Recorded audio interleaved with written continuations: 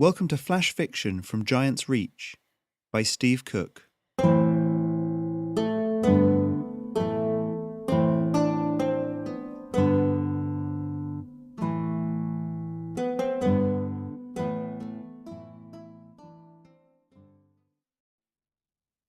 I guess you get inspiration wherever you can find it, and today is the day when the Lion King live-action film trailer came out.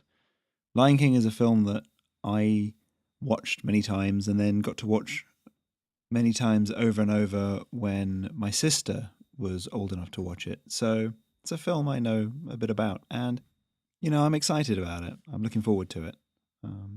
I started to think, well, what if one of my uplifted cats came across a lion, something smaller than itself and something not intelligent, and this is the result.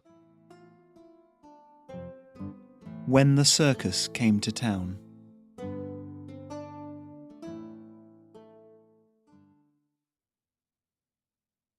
Needle's pause moved through the complicated sign language she shared with Darren as he split his attention between her and the circus ring below. "And you say it's called what?" she signed. "A lion," he said, speaking low enough that no one around would hear. Her ears twitched as he continued. "The man said it's a big cat." "I'm a big cat," Needle signed, then licked her paws pensively. "Interesting." They watched the show for a moment in silence. The fat ringmaster in the middle of the sandy arena was cracking a whip at the lion, which was rearing back a little from every snap. After a couple of false starts, it clambered up onto the small podium and roared. The man bowed, turning his back on the lion. Needle narrowed her eyes and leaned forward slightly. The very tip of her tail began to flick. The crowd around her clapped and cheered, most of them poor peasant folk from the nearby village. She was the only uplift in the audience, everyone else a human, and she scowled as someone right next to her let out an ear-piercing whistle. Darren wasn't looking, so she flicked his shoulder and began to angrily sign. "Why is that lion not attacking? The human turned his back. It was the perfect time." "How do you mean?" "Well, this is slavery. That human," Needle said, jabbing a claw at the ringmaster, "is clearly threatening the lion with violence. Whatever he's done to the poor thing, it's lost all its fight. Maybe he's got the family hostage, or maybe it's just an animal," Darren said, putting his hands up to stem her tide of words. "It's not an uplift, despite its size.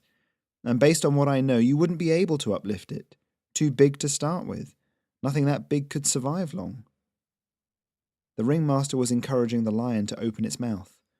The lion complied, its eyes wide and darting all around. Needle's mouth dropped open.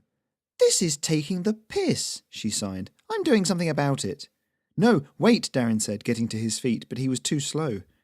Needle stood in one graceful movement, flowing down the tiered seating and into the ring. Her huge paws crunched on the gravel as shouts of fear and gasps echoed all around the big tent. "Hey!" she said out loud, the growls and meows layered with pheromones and body language. "I'm Needle. I live near here.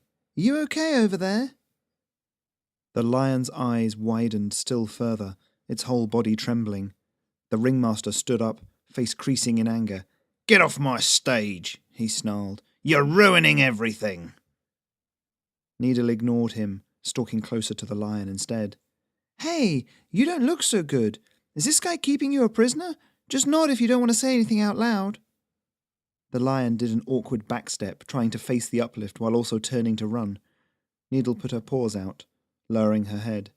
Hey, I'm not the threat here," she soothed. "I just want to help.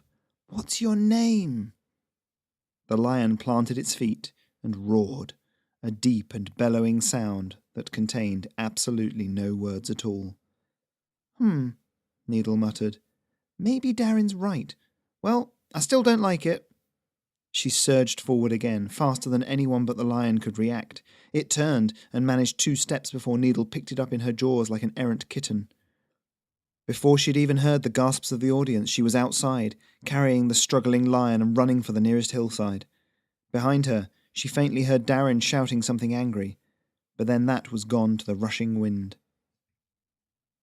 Some time later she padded back down to the tent. "By all that's holy, there you are," Darren said when she entered the circle of light at the tent's entrance.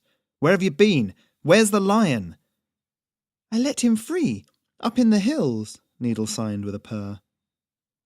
She glanced from Darren's look of horror to the ringmaster's beetroot-red anger as it slowly turned to horror.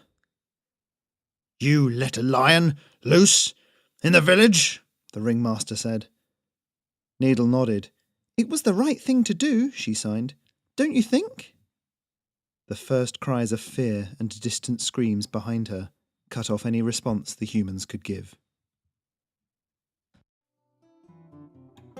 You've been listening to flash fiction written for my Patreon, Giant's Reach. If you'd like to become a supporter, go to patreon.com/Giant's Reach, where you can find more fiction just like this,